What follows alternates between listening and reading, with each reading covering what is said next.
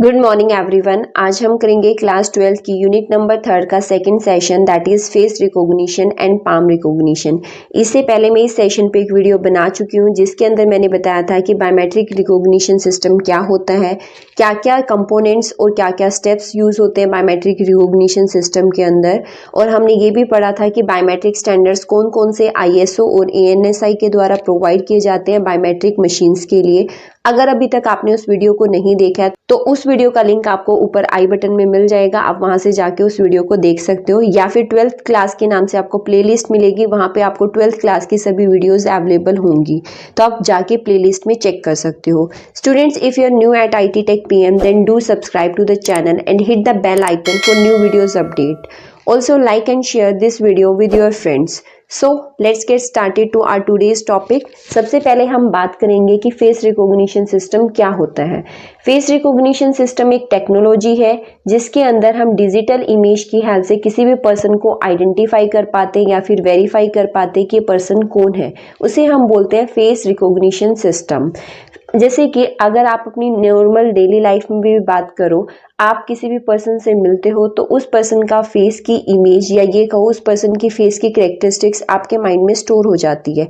Next time जब भी आप उस पर्सन से मिलते हो तो आपका माइंड रिकॉल करता है कि इस पर्सन का नेम क्या था, कौन है ये पर्सन, तो वो सारी की सारी चीज़ें आपके माइंड में रिकॉल होती है जिससे आप उस पर्सन को आइडेंटिफाई कर पाते हो। आप ये कह सकते हो कि फेस जो होता है हमारी बॉडी का एक इम्पोर्टेंट पार्ट है जिसकी हेल्प से हम किसी भी पर्सन को ईजी से आइडेंटिफाई कर पाते हैं। सेम इसी तरीके से फेस रिकॉग्निशन सिस्टम भी फेस की कैरेक्टरिस्टिक्स की हेल्प से किसी भी पर्सन को आइडेंटिफाई कर पाता है। देखिए कौन कौन सी फेस की कैरेक्टरिस्टिक्स को फेस रिकॉग्निशन सिस्टम यूज करता है, वो कौन कौन सी कैरेक्टरिस्टिक्स है। वो है हमारी फोरहेड, हमारे फोरहेड की कैरेक्टरिस्टिक्स को डेटाबेस में स्टोर किया जाता है। दो आईब्रोज के बीच में जो स्पेस होता है उसको हम ग्लैबेला बोलते हैं। ये हमारी आईज होती हैं, ये नोज है हमारा, लिप्स, ये हमारा चिन होता है और ये हमारा जो होता है। नोज और लिप्स के बीच में जो स्पेस होता है उसे हम फिल्ट्रम बोलते हैं। तो ये हमारी बेसिक कैरेक्टरिस्टिक्स होती है फेस की जिसे फेस रिकॉग्निशन सिस्टम यूज करता है, इनकी वैल्यूज को डेटाबेस के अंदर स्टोर करता है और फिर इन वैल्यूज के बेस के ऊपर किसी भी पर्सन को अथेंटिकेट करता है, आइडेंटिफाई करता है कि पर्सन कौन है। उसके बाद हम बात करें अगर कि फेस रिकॉग्निशन सिस्टम कैसे वर्क कैसे करता है। सबसे पहला फेस रिकॉग्निशन सिस्टम क्या करता है, प्रोसेस एक्सट्रैक्शन की प्रोसेस करता है।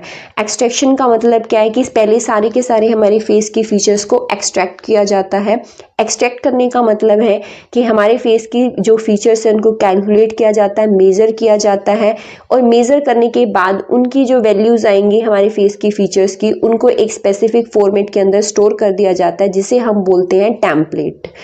एक्सट्रैक्शन के लिए हमारा फेस रिकॉग्निशन सिस्टम अलग अलग तरह के एल्गोरिथम्स यूज़ करता है, अलग अलग तरह की इमेज प्रोसेसिंग टेक्निक्स यूज़ करता है, जैसे कि background removal technique, projection, histogram, diffusion और ट्रांसफॉर्म। ये सारी की सारी टेक्निक यूज़ की जाती है ताकि एक अच्छी बेटर क्वालिटी की फेस की इमेज डेटाबेस के अंदर स्टोर हो सके।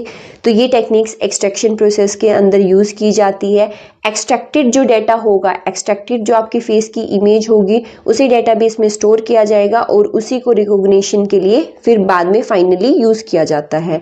अब एक्सट्रैक्शन के दौरान क्या क्या चीज़ें कैप्चर की जाती है, क्या वैल्यूज़ डेटाबेस में स्टोर होती है, हर एक पार्ट का साइज़ क्या है, एक रीजन से आपके जो फेस का एक रीजन है, एक पार्ट है, उसका दूसरे पार्ट से डिस्टेंस कितना है, कितनी डिग्री का एंगल बन रहा है एक पार्ट का दूसरे पार्ट के साथ, उस पार्ट का स्टार्टिंग पॉइंट क्या है, एंडिंग पॉइंट क्या है, ये सारी की सारी फीचर्स एक्सट्रैक्ट की जाती है एक्सट्रैक्शन प्रोसेस के दौरान। और इन्हीं सभी एक्सट्रैक्टेड डाटा का एक स्पेसिफिक फॉर्मेट बना दिया जाता है जिसे हम टेम्पलेट बोलते हैं और इस टेम्पलेट को डेटाबेस के अंदर स्टोर किया जाता है। देखिए ये वैल्यूज इस तरीके से हमारी स्टोर की जाती है कि फोरहेड से ग्लैबुला का कितना डिस्टेंस है, ये वैल्यू स्टोर होगी।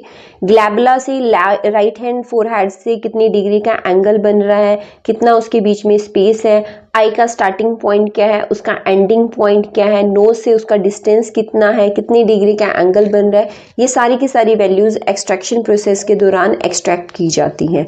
उसके बाद अगर हम बात करें कि हमारा फेस रिकॉग्निशन सिस्टम के अंदर कौन कौन से स्टेप्स होते हैं, तो सबसे पहला स्टेप होता है एनरोलमेंट का। सबसे पहले तो आपके जो फेस की फीचर्स हैं, कैरेक्टरिस्टिक्स हैं, उन सभी को कैप्चर करके एक कैमरा की हेल्प से कैप्चर करके डेटाबेस में स्टोर कर दिया जाता है। स्टोर होने के बाद आप कभी भी किसी भी ऐसे सिस्टम को यूज़ करते हो जिसके अंदर फेस रिकॉग्निशन सिस्टम है, तो वापस से वो सिस्टम आपके फेस की फ़ोटो कैप्चर करता है।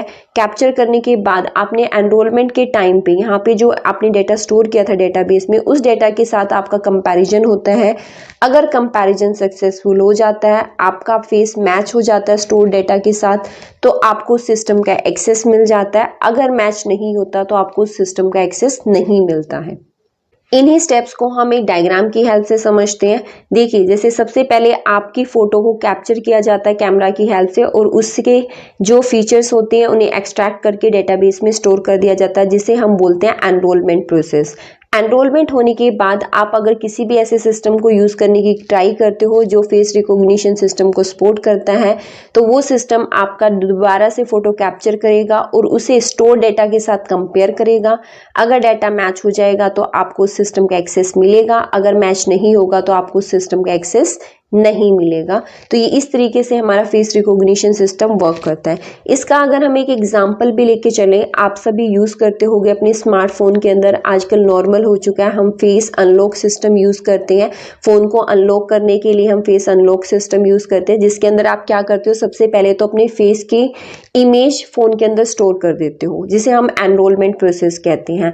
एनरोलमेंट होने के बाद आप जब भी आपको अपना फ़ोन अनलॉक करना है, आप फ़ोन को अपने फेस के आगे लेके आते हो और आपका जो फ़ोन है वो वापस से आपके इमेज कैप्चर करता है और उसे डेटाबेस के अंदर जो स्टोर डेटा था उसके साथ मैच करता है। अगर मैच हो जाएगा तो आपका जो फ़ोन है वो अनलॉक हो जाता है, अगर मैच नहीं होता है तो आपका फ़ोन अनलॉक नहीं होता है। तो इसी तरीके से हमारा फेस रिकॉग्निशन सिस्टम वर्क करता है। उसके बाद हम अगर बात करें applications of face recognition system की, कहाँ कहाँ पे फेस रिकॉग्निशन सिस्टम को यूज़ किया जाता है। एक हमने अभी अभी एप्लीकेशन की बात की थी कि फ़ोन को अनलॉक करने के लिए हम यूज़ करते हैं फेस रिकॉग्निशन सिस्टम का।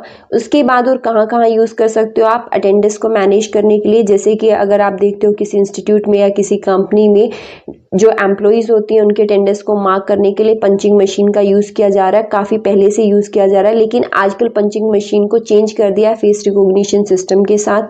फेस रिकॉग्निशन सिस्टम की हेल्प से ही एम्प्लॉयज़ की अटेंडेंस को मैनेज किया जा रहा है। और कहाँ पे यूज़ करते हो आप, होम सिक्योरिटी के लिए यूज़ कर सकते हो।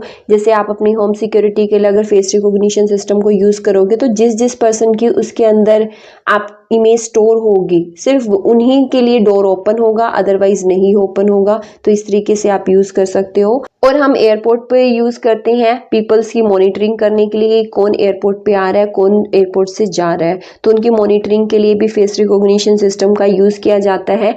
बॉर्डर क्रॉसिंग पे भी फेस रिकॉग्निशन सिस्टम यूज़ होता है और सुपरमार्केट्स वगैरह के अंदर भी फेस रिकॉग्निशन सिस्टम को आजकल यूज़ किया जा रहा है। तो ये कुछ एप्लीकेशंस थी फेस रिकॉग्निशन सिस्टम की, जिसको आपको क्लियर होगा कि कैसे हम फेस रिकॉग्निशन सिस्टम को यूज़ कर रहे हैं।